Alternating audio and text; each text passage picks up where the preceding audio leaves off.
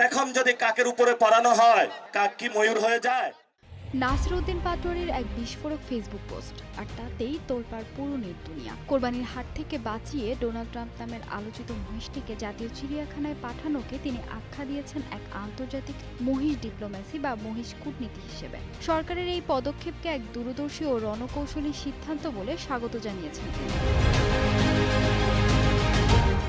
নাসিরউদ্দিন পাটোয়ারি তার পোস্টে দাবি করেন, আমেরিকার সাথে হওয়া সাম্প্রতিক বাণিজ্য চুক্তির ধারাবাহিকতাতেই এই মহিষ ডিপ্লোম্যাসির জন্ম। চিড়িয়াখানায় এই মহিষকে রাখার মাধ্যমে আমেরিকার স্বার্থ রক্ষা এবং দুই দেশের চুক্তিকে আরও দীর্ঘস্থায়ী করার এক উজ্জ্বল দৃষ্টান্ত স্থাপন করা হলো, যা দেশবাসী প্রতিনিয়ত দেখার সুযোগ পাবে।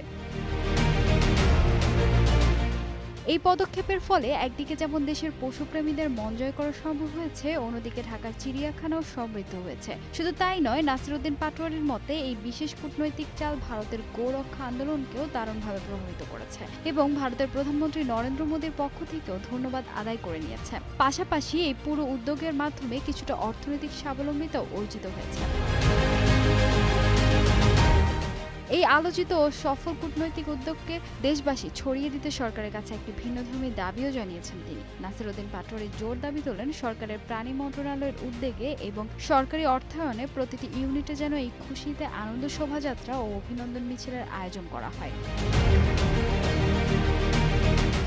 ফাহিমা সুরভি, নিউজ ডেস্ক, গ্লোবাল টেলিভিশন।